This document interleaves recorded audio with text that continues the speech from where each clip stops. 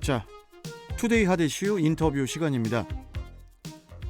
수도권 광역 급행철도 GTX B 노선 개통으로 인천 지하철 1호선과 경인선 이용객이 크게 감소될 것으로 예상이 되면서 인천시와 교통공사가 인천 도시철도 여객 수요 감소에 대한 그 대비책 마련이 필요해 보이는데요. 자, 이와 관련해서 인천경찰련 김송원 사무처장 연결해서 이야기 나눠보도록 하겠습니다. 자, 김송원 사무처장님 안녕하세요. 안녕하십니까? 예. 자, 지난달 22일에 그 인천연구원에 따르면은 그 GTX B 노선이 개통을 하면서 인천 1호선은 그 전체 구간 탑승객이 21% 감소한다는 결과를 내놨거든요. 이게 지금 인천연구원이 내놓은 이번 연구 결과 뭐 다시 한 번만 좀 짚어주시죠.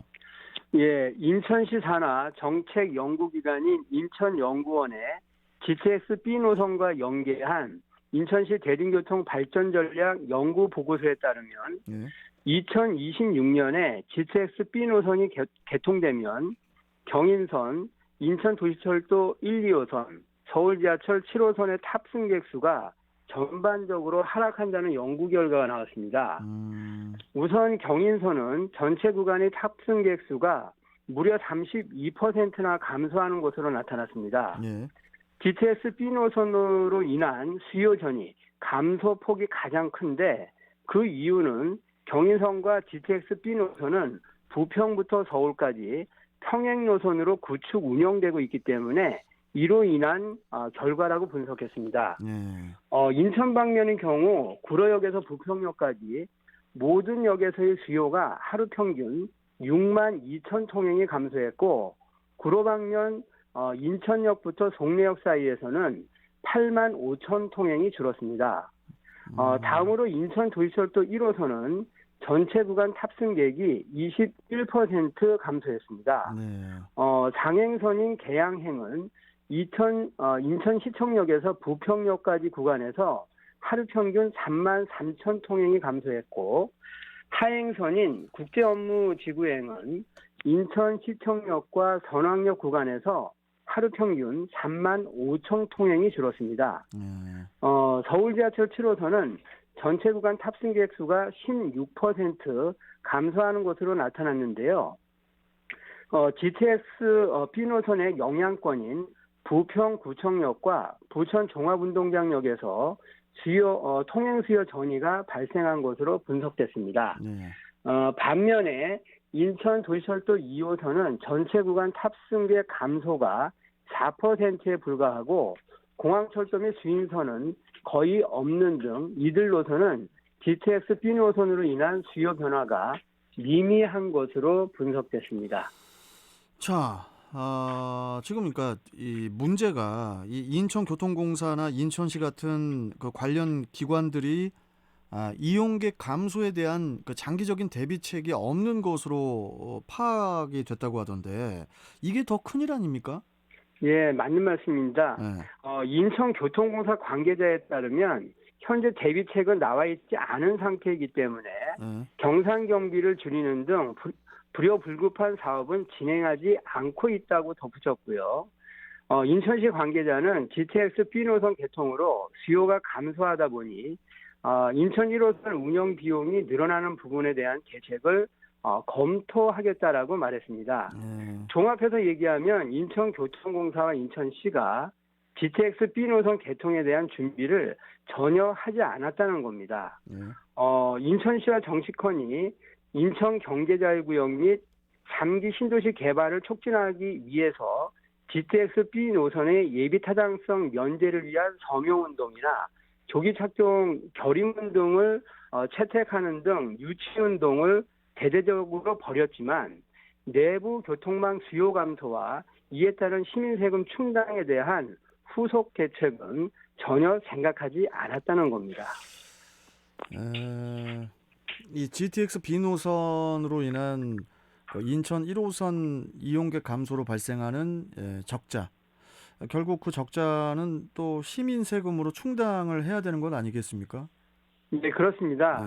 지난해 인천 지하철 이용객이 여러 요인으로 25.6% 감소하면서 인천 교통공사의 적자액은 1,591억 원을 기록했습니다. 한편 GTX B 노선이 개통되면 인천 1호선 탑승객은 21% 감소한다라고 했지 않습니까? 예, 예. 그래서 단순 비교를 해보면 한 해 1,000억 원의 적자가 예상이 됩니다. 결국에는 인천교통공사는 한 해 도합해서 2,000억 원의 적자를 시민 세금으로 충당해야 한다는 겁니다. 최근 인천교통공사는 지하철 요금 250원 인상을 계획하고 있습니다. 최소 1,249억 원으로 예상되는 올해 적자를 보전하기 위해서 시에다가 보조금 요청을 해야 하는데 부담스럽다 보니까 인천 지하철 요금 인상을 고려한 것인데요. GTX B 노선 신설로 발생하는 적자 보전 역시 지하철 요금을 인상해서 인천 시민에게 전가할 가능성이 높다는 얘기입니다. 그러니까 이제 사무처장님 말씀을 듣고 보니까 이 GTX가 그 기존 지하철 노선 수익에 영향을 주고 또 이제 시민 세금과 연관이 되는 부분이라면은 이 이용객 감소로 발생하는 이런 그 손실 부분을 좀 더 면밀히 검토를 해야 될 것 같습니다. 예, 맞습니다. 네. 이용객 감소 원인을 찾아야 해결 방안도 나오는 법이기 때문에 우선 인천 1호선의 구간별 운행 수익 감소 요인을 찾고 손실 규모도 분석해야 합니다. 다행히도 인천교통공사가 올해 말에 완공 예정인 중장기 공사 발전계획 수립 과정에서 GTX B 노선 개통으로 인한 1호선 운행 수익 감소 등 외부 환경 요인을 검토 반영키로 했기 때문에 수립 과정에서 시민들의 적극적인 의견 개진이 필요합니다.